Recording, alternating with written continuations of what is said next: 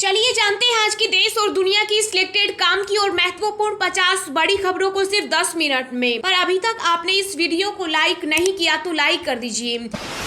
PM Modi का बड़ा बयान, कहा हमने आतंक पर शिकंजा कसा लेकिन कांग्रेस ने आतंकवादियों को रिहा किया। भारत में हर 1 मिनट में पैदा हो रहे 30 बच्चे, जनसंख्या नियंत्रण कानून अब जरूरी, गिरिराज सिंह का बड़ा बयान।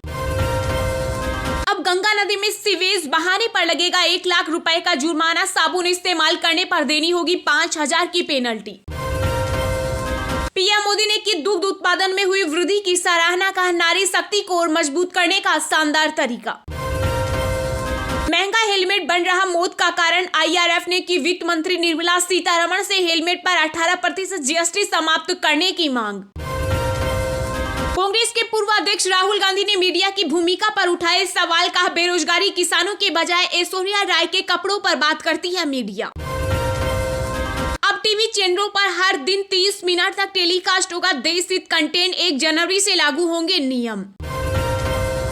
केंद्रीय मंत्री जितेंद्र सिंह ने दिया बड़ा बयान, कहा स्वच्छ ऊर्जा की दिशा में भारत उठा रहा कई कदम, बनाए जा रहे परमाणु रिएक्टर। सूरत में आप संयोजक अरविंद केजरीवाल के रोड शो में हुआ भयंकर पथराव।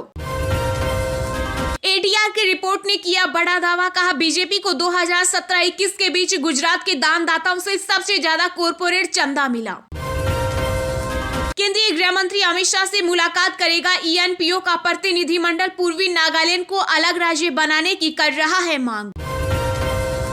इंदौर से उज्जैन की ओर बढ़ी भारत जोड़ो यात्रा, साइकिल की सवारी करते दिखे राहुल गांधी। यूपी में मदरसों के 8वीं तक के छात्रों को नहीं मिलेगी छात्रवृत्ति, शैक्षणिक सत्र 2022-23 से लागू होगा नियम। सुप्रीम कोर्ट ने मुफ्त सैनिटरी पैड मामले में केंद्र व राज्य सरकारों को जारी किया नोटिस, जल्द लागू हो सकता है नियम।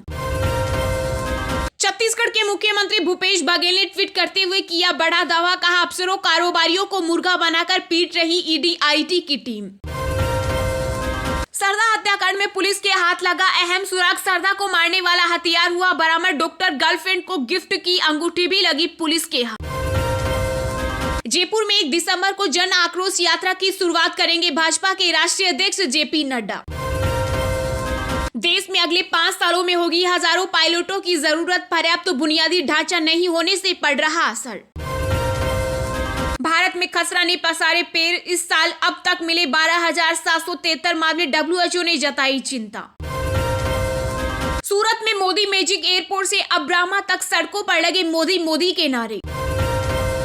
सीएनजी पीएनजी होगी सस्ती, नेचुरल गैस की अधिकतम कीमत तय कर सकती है सरकार।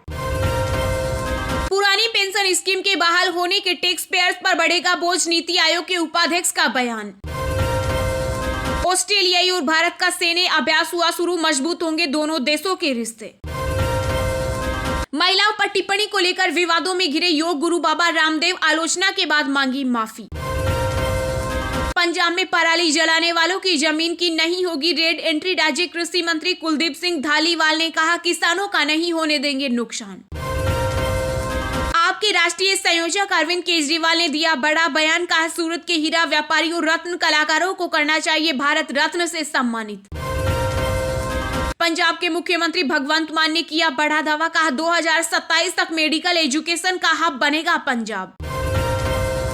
एआईएमआईएम प्रमुख असदुद्दीन ओवैसी ने किया पीएम मोदी पर हमला, कहा आपको अमीरों से इतना प्यार क्यों है। राज्यों में कारोबार के नए केंद्र बनाएंगे जलमार्ग, राष्ट्रीय जलमार्गों पर 70% बढ़ा ट्रैफिक। केंद्र सरकार ने सुप्रीम कोर्ट में कहा जबरन मतांतर गंभीर मुद्दा, सरकार जल्द बनाएगी इस पर कठोर कानून। चीन में कोविड प्रतिबंधों का विरोध जारी, संघाई में प्रदर्शनकारियों और पुलिस के बीच हुआ टकराव। गुजरात चुनाव में केजरीवाल को लगा तगड़ा झटका, आम उम्मीदवार वलजी भाई खेतानी ने बीजेपी कैंडिडेट को समर्थन देने का किया ऐलान। रेल अधिकारियों ने दिया बड़ा अपडेट, कहा रेलवे के वरिष्ठ नागरिक यात्रियों की संख्या में आई गिरावट, महामारी बनी इसका प्रमुख कारण। केंद्र सरकार से सुप्रीम कोर्ट ने किया सवाल, कहा कॉलेजियम से भेजे गए नामों को अब तक मंजूरी क्यों नहीं दी। राजस्थान भाजपा की जन आक्रोश यात्रा पर राज्य खाद्य मंत्री प्रताप सिंह खाचरियावास ने किया पलटवार, का भाजपा का जन आक्रोश आरोप पत्र झूठ का पुलिंदा। चीन में भारी विरोध प्रदर्शन के बीच दर्ज किए गए 40,000 नए कोविड केस। ब्रिटेन में विदेशी छात्रों की एंट्री पर लगाम लगाना चाहते हैं पीएम ऋषि सुनक, जल्द लागू कर सकते हैं नए नियम। बीजेपी के राष्ट्रीय अध्यक्ष जेपी नड्डा ने अहमदाबाद में एक रैली को किया संबोधित, कहा बीजेपी के पक्ष में एक तरफा लहर, गुजरात की जनता करेगी पूरा सपोर्ट। ट्वीट कैरेक्टर काउंट को 280 से बढ़ाकर 420 करने पर हो रहा विचार, एलन मस्क ने दिए संकेत। गुजरात में भाजपा को लगा तगड़ा झटका, दिग्गज नेता और 4 बार के विधायक जे नारायण व्यास ने थामा कांग्रेस का हाथ। दिल्ली की इंडियन पब्लिक स्कूल में मिली बम की सूचना, मौके पर पहुंचा बम निरोधक दस्ता। राजस्थान में हो रहे गहलोत पायलट विवाद पर बोले कांग्रेस के राष्ट्रीय महासचिव जयराम रमेश, कहा कांग्रेस को कड़े फैसले लेने से भी परहेज नहीं। राजस्थान में हो रही भारत जोड़ो यात्रा के विरोध के बीच गुर्जरों ने सरकार को बताई अपनी मांगे, कहा अब तय होगी आगे की रणनीति। गुजरात चुनाव से पहले हरियाणा से भाजपा के लिए अच्छी खबर, मुस्लिम बाहुल्य क्षेत्र में जीते 7 कैंडिडेट। कांग्रेस की महासचिव प्रियंका गांधी ने लिखी नवजोत सिंह सिद्धू को चिट्ठी, सजा के बाद मिल सकती है बड़ी जिम्मेदारी। पीएम मोदी ने गुरु तेग बहादुर के शहादत दिवस पर अर्पित की श्रद्धांजलि, कहा उन्होंने अन्याय के आगे झुकने से इनकार किया, उनकी शिक्षाएं हमें प्रेरित करती है। पूर्व केंद्रीय मंत्री नमो नारायण मीणा ने की किरोड़ीलाल मीणा से मुलाकात, राजनीतिक गलियारों में हलचल हुई तेज। जाइडस लाइफ साइंसेज की थायराइड हार्मोन दवा को यूएस एफडीए से मिली मंजूरी। एफएसएसएआई ने हिमालय याक को फूड एनिमल के रूप में दी मंजूरी, किसानों को होगा आर्थिक लाभ। देवघर कॉलेज के राष्ट्रीय सेमिनार में वक्ताओं ने कहा आदिवासियों के इतिहास को सिलेबस में लाने की है जरूरत।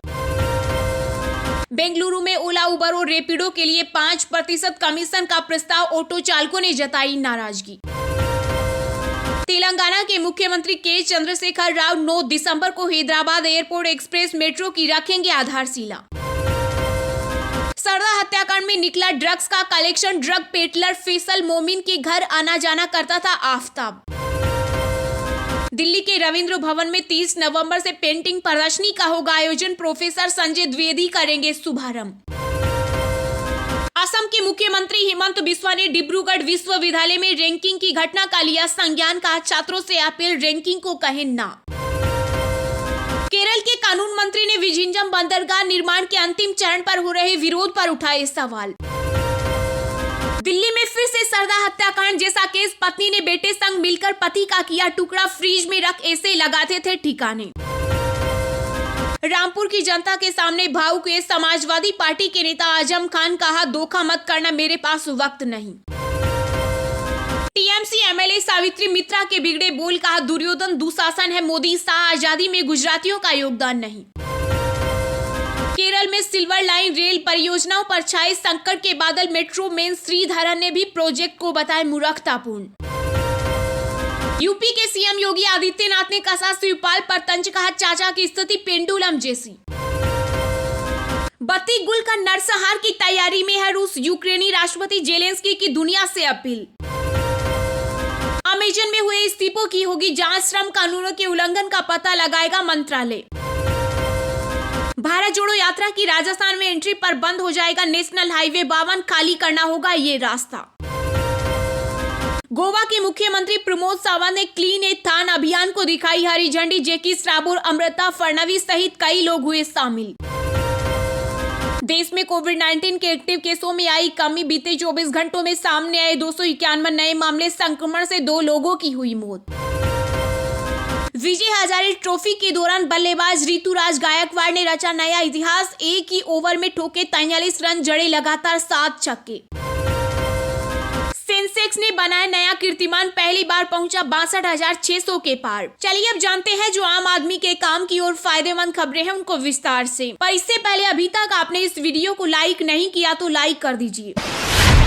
गुजरात के खेड़ा में पीएम मोदी ने कांग्रेस पर साधा निशाना, कहा पार्टी सर्जिकल स्ट्राइक पर उठाती है सवाल। जी हां, गुजरात के खेड़ा में प्रधानमंत्री नरेंद्र मोदी ने एक चुनावी सभा को संबोधित किया। जनता को संबोधित करते हुए पीएम मोदी ने आतंकवाद का जिक्र करते हुए कहा कि गुजरात लंबे समय से आतंकवाद के निशाने पर है। पीएम मोदी ने कहा कि गुजरात के लोग सूरत और अहमदाबाद के विस्फोटों में मारे गए, तब कांग्रेस केंद्र में थी। पीएम मोदी ने दिल्ली में हुए बाटला हाउस एनकाउंटर का जिक्र करते हुए कहा कि इस घटना को लेकर कांग्रेस नेता आतंकवादियों के समर्थन में रो पड़े थे। आतंकवाद भी कांग्रेस के लिए वोट बैंक है। अब सिर्फ कांग्रेस ही नहीं, ऐसी कई पार्टियां उठ खड़ी हुई है जो शॉर्टकट और तुष्टीकरण की राजनीति में यकीन रखती हैं। पीएम मोदी ने आगे कहा कि साल 2014 में आपके एक वोट ने देश में आतंकवाद को खत्म करने में बहुत अंतर पैदा किया है। देश के शहरों की तो बात ही छोड़िए, आतंकवादियों को हमारी सीमाओं पर हमला करने से पहले भी बहुत कुछ सोचना पड़ता है, लेकिन कांग्रेस हमारी सर्जिकल स्ट्राइक पर सवाल उठाती है।